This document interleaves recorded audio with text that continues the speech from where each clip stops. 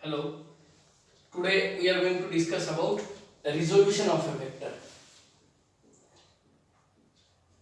Resolution of a vector. This is our focus of attention of today's discussion. Resolution of a vector. See, addition of vectors is called composition of vectors. And for two vectors we can use either triangle law or parallelogram law. For example, this is a vector a bar and it is added in another vector b bar. This is a bar and this is b bar, and their resultant is this vector, that is the third side of the triangle, which is r bar is equal to a bar plus b bar. तो इन दोनों vectors का ये addition हो जाता है, इसे हम कहते हैं resultant. Addition of two vectors gives us the resultant. तो a बार और b बार को मिला के मैं r बार ले ऑब्टेन कर सकता हूं, प्राप्त कर सकता हूं.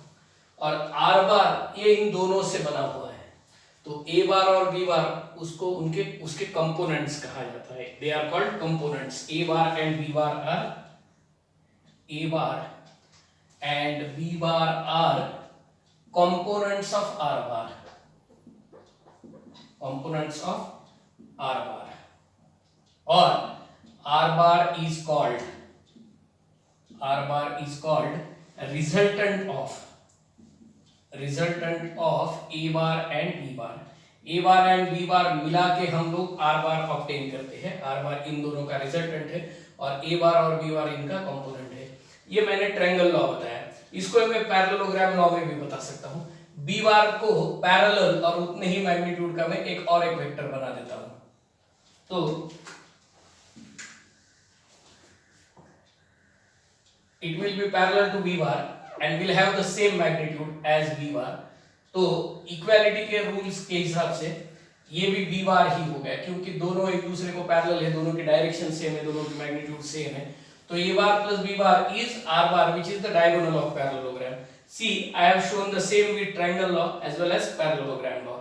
तो a bar और b bar ये r bar के कंपोनेंट्स है, और ये कंपोनेंट्स ऑब्टेन करने की जो प्रोसेस है इसे कहा जाता है रिजोल्यूशन.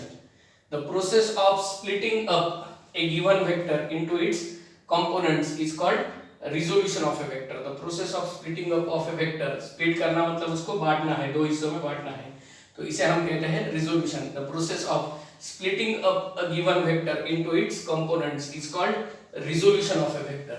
तो अभी ये दोनों को अगर मैं मिलाऊं, a बार और b बार को, तो मुझे मिल जाता है r बार, जिसे हम कहते हैं रिजल्टेंट.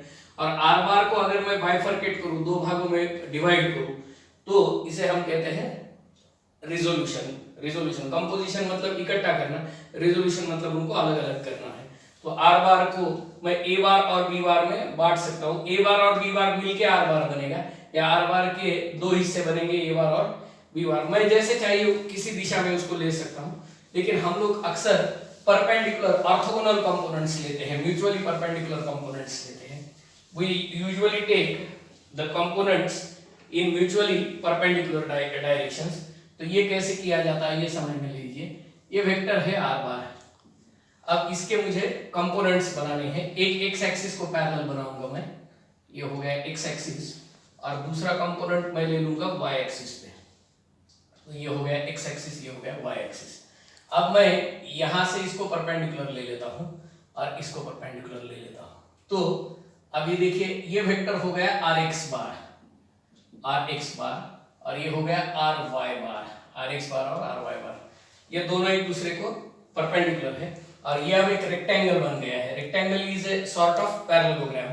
तो आर बार जो है ये दोनों का रिजल्टेंट होगा. R bar is equal to क्या होना चाहिए, R X bar plus R Y bar. R X bar plus R Y bar मिलके आर बार बनता है, या आर बार के दो कंपोनेंट्स हो जाएंगे, आर एक्स बार और आर वाई बार. ये दोनों एक दूसरे को परपेंडिकुलर है, इसलिए इनको ऑर्थोगोनल कंपोनेंट्स या कार्टेशियन एक्स वाई एक्सिस की वजह से, कार्टेशियन ज्योमेट्री की वजह से इनको कार्टेशियन कंपोनेंट्स भी कहा जाता है. ऑर्थोगोनल कंपोनेंट्स, कार्टेशियन कंपोनेंट्स ऐसे कहा जाता है.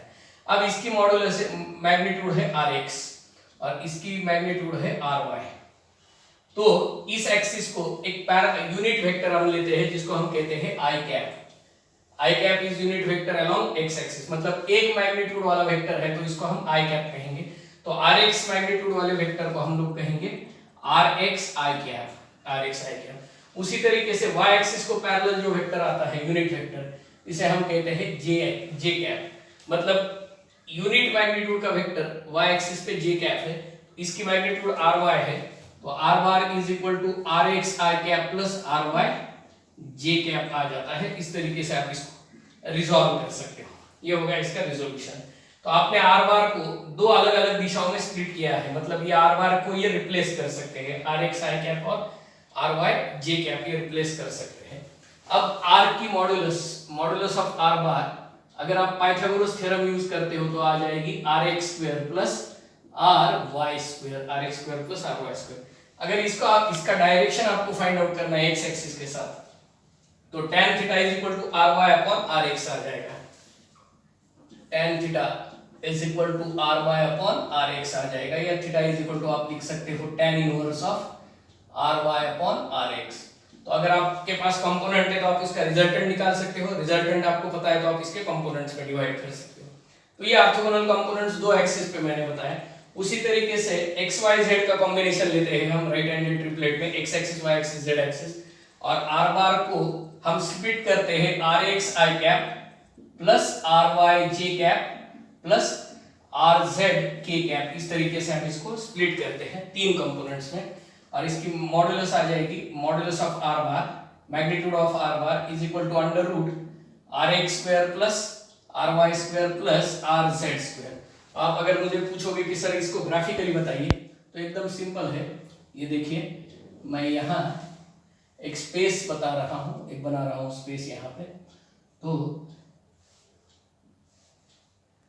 ये देखिए एक्स एक्सिस, वाई एक्सिस और जेड एक्सिस इस तरीके से राइट हैंडेड ट्रिपलेट है। ये ओरिजिन है, ये ओरिजिन, और ये वेक्टर का एंड है, ये हमारा आर बार हो गया, डायगोनली अपोजिट आर बार। तो ये आ जाएगा R X I cap, R X I cap, ये आ जाएगा आर वाई जे कैप। तो आर एक्स आई कैप और आर वाई जे कैप मिलके ये डायगोनल बनेगा, तो ये हो गया R X I cap plus R Y J cap, और इसके साथ में ये आप आर जेड सॉरी ये x ये y है और ये z एक्सिस है, तो आप इसको आर जेड के कैप कह सकते हो, ये भी आर जेड के कैप से। तो इसमें अगर आप इसको मिलाओगे तो ये ट्रायंगल कंप्लीट होता है, और R bar is equal to आ जाएगा R X I cap plus R Y J cap, मतलब ये वेक्टर हो गया, और इसमें ये आर जेड जे कैप हमने आर जेड के कैप हमने ऐड कर लिया है, तो ये तीनों वेक्टर मिलके आर बार बन जाता है। स्पेस में हम तीन कंपोनेंट्स लेते हैं और प्लेन में हम दो ही कंपोनेंट्स लेते हैं। These are called orthogonal components. तो इसे हम लोग कंपोजिशन ऑफ वेक्टर्स कह सकते हैं। ठीक है, यहाँ पे मैं ये डिस्कशन खत्म करता हूँ।